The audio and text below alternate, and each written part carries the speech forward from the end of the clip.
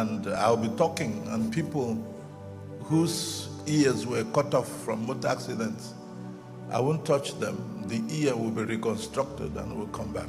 How old were you, sir? People who, this is like 18. People with hunchback will be coming close to me, and I will talk. The hunchback will crawl down to their waist, according to them, because I have not had hunchback before. I don't know how it feels. They said that as I was talking, the hunchback crawled back to their waist. They tried to kill whatever it was that was crawling, and discovered that the hunchback is gone, and it's been there for 21 years. My father passed away when I was very young, but before then, he had introduced me into the ministry. I've been in the ministry for the past 53 years. When I was in primary school, he would make me fast for 3 days before every major exam. He would make me fast from morning till evening and stop for 3 days. Then, in my primary 6, in the upper class of the primary school, he would make me fast for 3 continuous days without stopping, without eating. So by the time I went into secondary school, I had begun to fast longer time. And then by the time I was graduating from what the US call high school, I don't know what they call their secondary school, from what we inherited from here, I was now able to fast for 7 straight days, not eating until after 7 days. Because he himself used to fast for 40 days, not eating. My mother used to fast for 10 days, not eating. My grandmother also would fast for 10 days. And they're all very prophetic. You walk into them and tell lies. They will wait for a few seconds to see if you will correct yourself. If you don't, they tell you why you came and the correct thing you're supposed to have said. They ask you why you are telling lies. So that helped me, because when I was in secondary school, there were these winds of distractions. And then I told myself, anything I do here, when I get home, my mother and my grandmother will know everything, so I better behave myself. And so I grew up kind of knowing that if you're a Christian, then you should walk in the word of knowledge. My father himself walked in the Miraculous. People would bring dead people, all kinds of people, to our local church. And then he said, I'll tell them to put them in one room. And when he comes back, he will pick them up. So I told myself, if this is Christianity, then I rather do it the genuine way. Sorry, Daddy. You said pick them up. You pick them from the floors. They will be bringing somebody who is sick, who dies halfway, because the juju priest, fetish priest, had told the owners that this one is dead. They should carry away. And it is when he tells them, or that she tells them to carry away, that they bring them to church, because they believe that the God of the church is very slow. So Satan is faster to respond to them. So they will first of all go to the fetish priest to get healing, to get deliverance. And then when the devil first them, then they now come to church. So on their way to church, some of them would die on the way. But they will still have the courage to manage to get to church. And so there's this woman, they bewitched with 30 spirits. Her body folded into her personality, her body. And so they were close to the church when she died. And they came to me, and we were playing soccer. And so I took them to a guest room and put them there and asked them to keep the cups there. And the reason why they kept the cups there was to go and construct a coffin that can accommodate a round person. So they went and constructed the coffin, and were coming with the coffin back into the church. And they saw the lady they left in the room, crippled and folded in, sitting down discussing with me and my father outside. They fell down. They fell down with their coffin and ran and were screaming. People asked them, what's your problem? They said, 3 ghosts, 3 ghosts. And I'm like, am I also one of the ghosts? So people said, okay, let's go and see. People who know me and know my father now began to come straight to us. And then these people said that you are ghosts. I said, I don't know what's wrong with them. They said, okay, what of the third person there? And so the third person didn't know when she came there.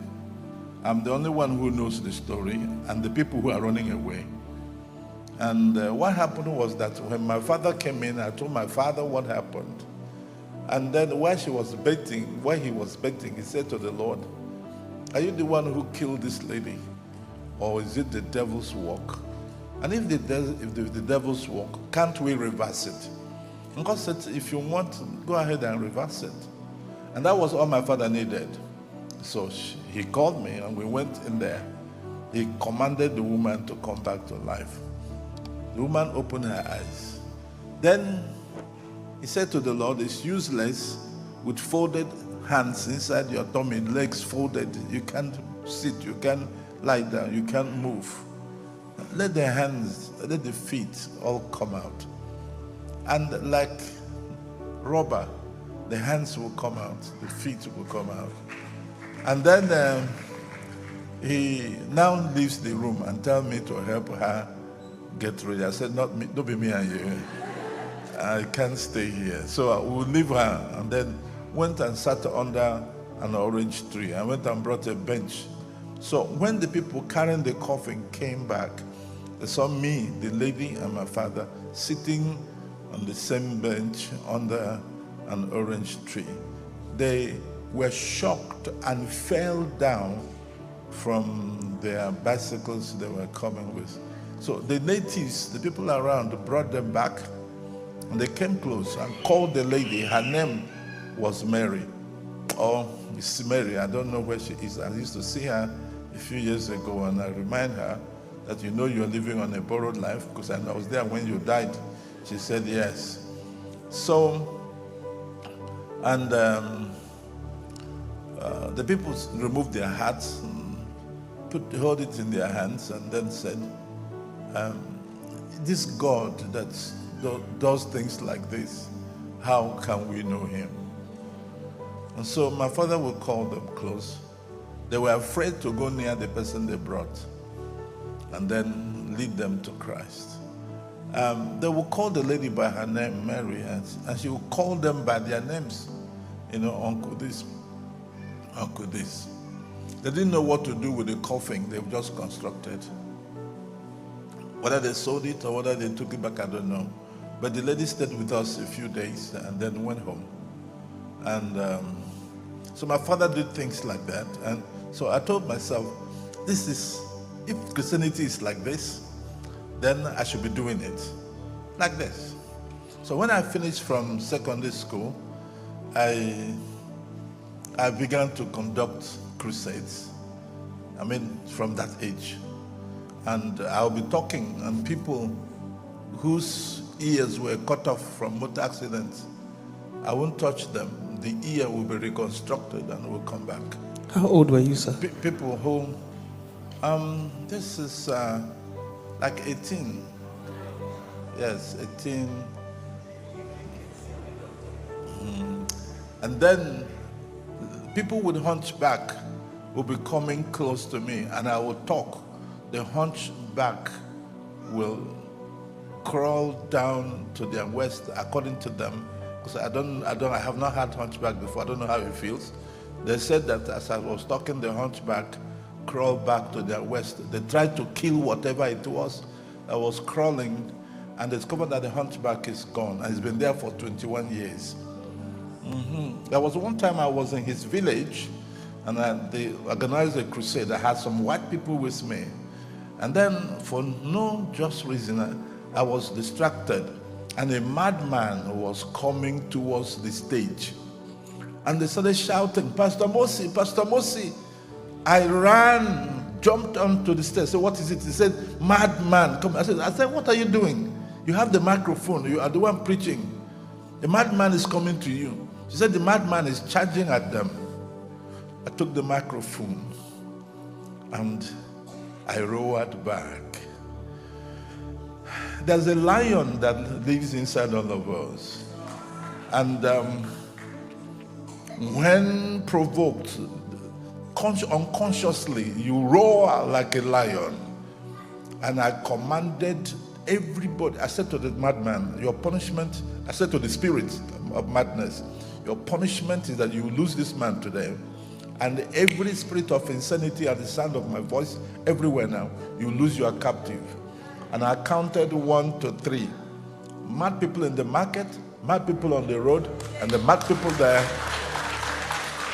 were delivered instantly. It was on that ground, that particular ground, as I spoke to the mad people and the demons in charge of madness left them, that a woman vomited a huge live snake. And I told people, kill that snake. I said, Madam, what are you doing with snake inside your body? She said she didn't know it was snake. That every time she conceives, something will move in her tummy and she will miscarry. That's all she knows. She didn't know it was a snake. I said, okay, well, the snake has been killed. We prayed for her and left her. A year after I saw her, she came with me to visit a crusade ground we were having with a baby boy. And I said, Madam, how can we help you? She said, don't you recognize me? I said, I don't. So she reminded me she was the one who vomited snake, and she had conceived and she had a baby. So this is the way I grew up. And by the time I was doing my youth service, I'll be coming on a highway, and youth service, you're still in your 20s. I'll be coming on a highway and I see corpses. So I will go close to see if I can recognize any of them, to call the relatives to come and pick the corpse. And then I saw 3 corpses, and 2 of them had pins, Jesus says, on their lapel. And I said, excuse me, how many people were in the van that someone saw that? They said 18. Okay, so 15 went to the hospital, and 3 died, and 2 of them are the ones that are bold enough to carry lapel pins that Jesus saves. I fell on my knees on the grass where they were, carried one of them on my right, carried one of them on the left. I said, God, I will not allow you to suffer this disgrace. If the people who own these people are not believers, when they come here and see Jesus saves, they will make mockery of you. Therefore, give me back their lives now. 10 a.m. in the morning on a Saturday, they were all wearing suits. I never knew they were going to be groomsmen in a wedding. And I held them. I don't know how many times I said, Father, give me back their lives now. Father, people came around, oh, sorry, are they your brothers? I don't know them from Adam, but they were wearing Jesus saves. And so I held them, and because I love God very jealously. And suddenly I had a shock in my arms, and the 2 corpses came back to life. This was I was doing my youth service. And then by the time I went beyond that, I had become used to it. I'd be flying from Jamaica into Miami in the US, and somebody would die in the aircraft. They would call the doctors, call nurses, everybody. They do their best, and they said, sorry, the person is dead. And the pilot will announce when we get to Miami, all of you will wait in the aircraft so that we'll get some agencies to come and investigate to know what killed the guy in the airplane. I said, no, that's not fair. The guy died directly behind me. So if the investigators come, so the cameras will be on my face. No. I got up from my seat. My wife was praying, and then I went and put my knee on the laps of the dead, of the corpse, held his hand, put back to the chest, and said, Des, I bought my ticket to fly in this aeroplane. How did you come in here? And God said, stop talking to dead. You have no business with him. Command the dead to come back to life.